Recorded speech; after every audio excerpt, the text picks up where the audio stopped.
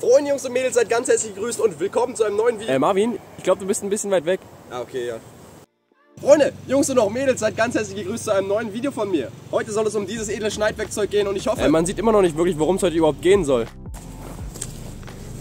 Hier in der Werkstatt, Jungs und Mädels, können wir uns das gute Stück mal ein bisschen genauer angucken. Um dieses kleine Messer soll es heute gehen. Das wollen wir restaurieren. Also wird es wortwörtlich eine sehr kleine Restauration. Aber dennoch, ich hol dich mal ran. Wir gucken uns das ganze Stück an und dann entscheiden wir, was wir machen.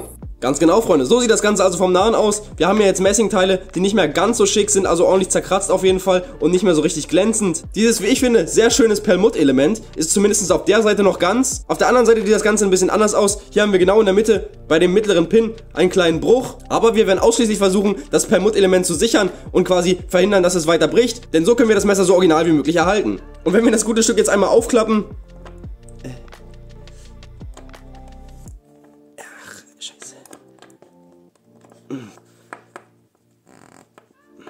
Dann seht ihr, dass das Griffstück auf jeden Fall noch der gute Teil des Messers war, denn hier die Klinge ist total verrostet, da müssen wir auf jeden Fall bei und ich denke, das kriegen wir aber auch wieder sehr, sehr gut hin.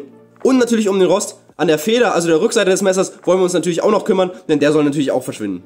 Also Freunde, ich denke, wir fangen mit dem allerwichtigsten Schritt an und das ist erstmal dieses Perlmutt-Element zu sichern, dass das nicht weiter bricht und noch auseinanderfällt.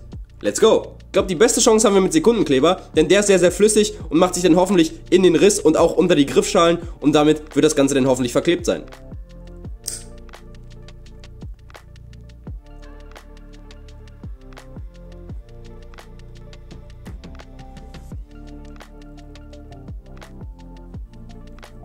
Und das Ganze lassen wir jetzt natürlich unter Druck trocknen. So, mehr als genug Zeit zum Trocknen hatte das Ganze jetzt hoffentlich. Also das Perlmutt-Teil macht auf mich jetzt erstmal einen sehr, sehr guten Eindruck. Hier bewegt sich gar nichts, wenn ich hier gegen drücke. Das heißt, wir können weitermachen mit der eigentlichen Restauration. Der nächste Schritt jetzt erstmal die Rostentfernung, also hier an der Klinge ganz extrem und auch hier an der Feder, wie gesagt, auch ein bisschen Rost. Um den kümmern wir uns jetzt erstmal.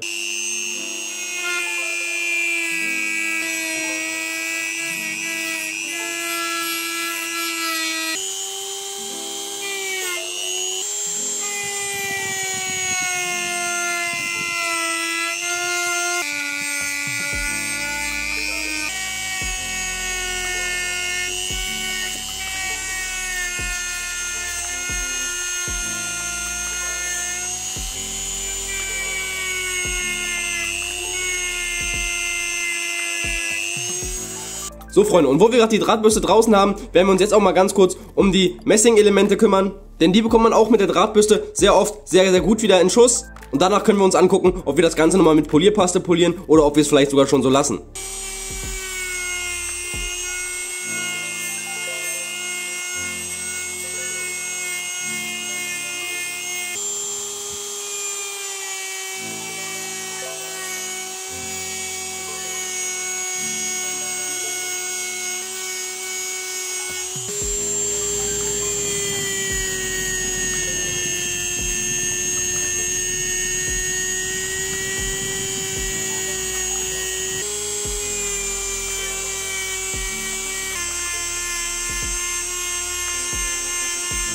So Freunde, da glänzen die Messingteile doch schon wieder ganz anders. Wir werden jetzt die Klinge noch einmal längs schleifen, damit die nochmal ein bisschen schöner wird. Denn der Rost hat trotzdem, obwohl wir mit der Drahtbürste rangegangen sind, noch einige Spuren hinterlassen. Und genau die wollen wir jetzt entfernen.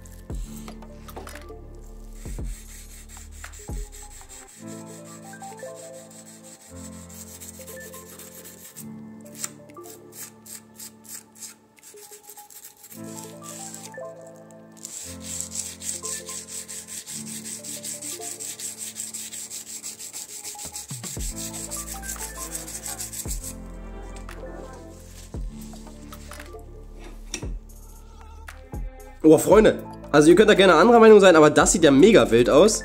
Dieses kleine Pitting, das der Rost hier hinterlassen hat. Ich hatte erst überlegt, das Messer wirklich runterzuschleifen, bis halt wirklich gar nichts mehr vom Rost zu sehen ist. Aber ich finde, das sieht ja mega cool aus. Und ich glaube, ganz genauso werde ich es sogar auch lassen. So, Jungs und Mädels, einen Schritt haben wir auf jeden Fall noch vor uns, bevor wir dann ans Schärfen gehen wollen. Denn ich habe mich wirklich jetzt dafür entschieden, die ganzen Messingteile nochmal zu polieren. Denn obwohl der Drahtbürstenaufsatz schon sehr gute Arbeit geleistet hat, denke ich, da können wir noch ein bisschen was rausholen, wenn wir jetzt wechseln zu dem Filzaufsatz und damit ein bisschen Polierpasse das Ganze hochpolieren.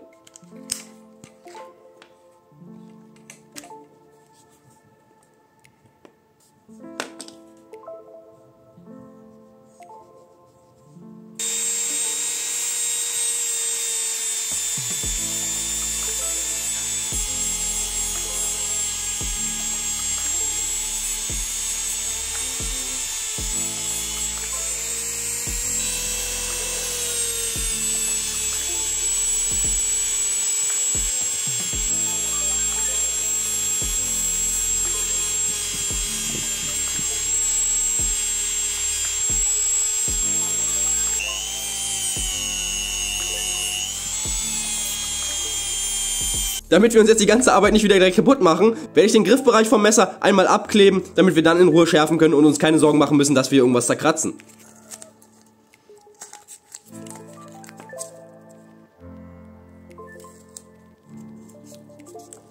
So, gut eingepackt kommt das Ganze jetzt auf den Stein und wird da wieder ordentlich scharf gemacht. Noch ein kurzer Test zum Vorher-Nachher-Vergleich.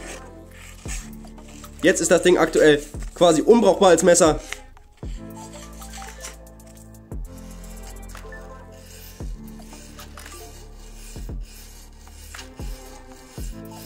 Freunde, als kleine Erinnerung, falls ihr noch irgendwelche Aufträge, Anfragen oder ähnliches für mich habt, gerne per Instagram oder per E-Mail. Die Infos dazu findet ihr in der Videobeschreibung.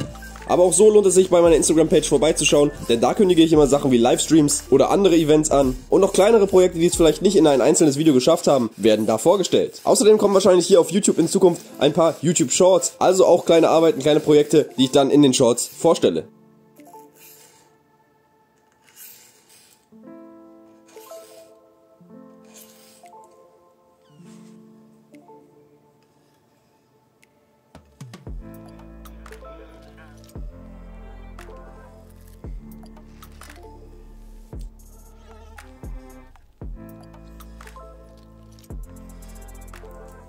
So, genau der gleiche Test, bloß dass das Messer jetzt hoffentlich scharf ist.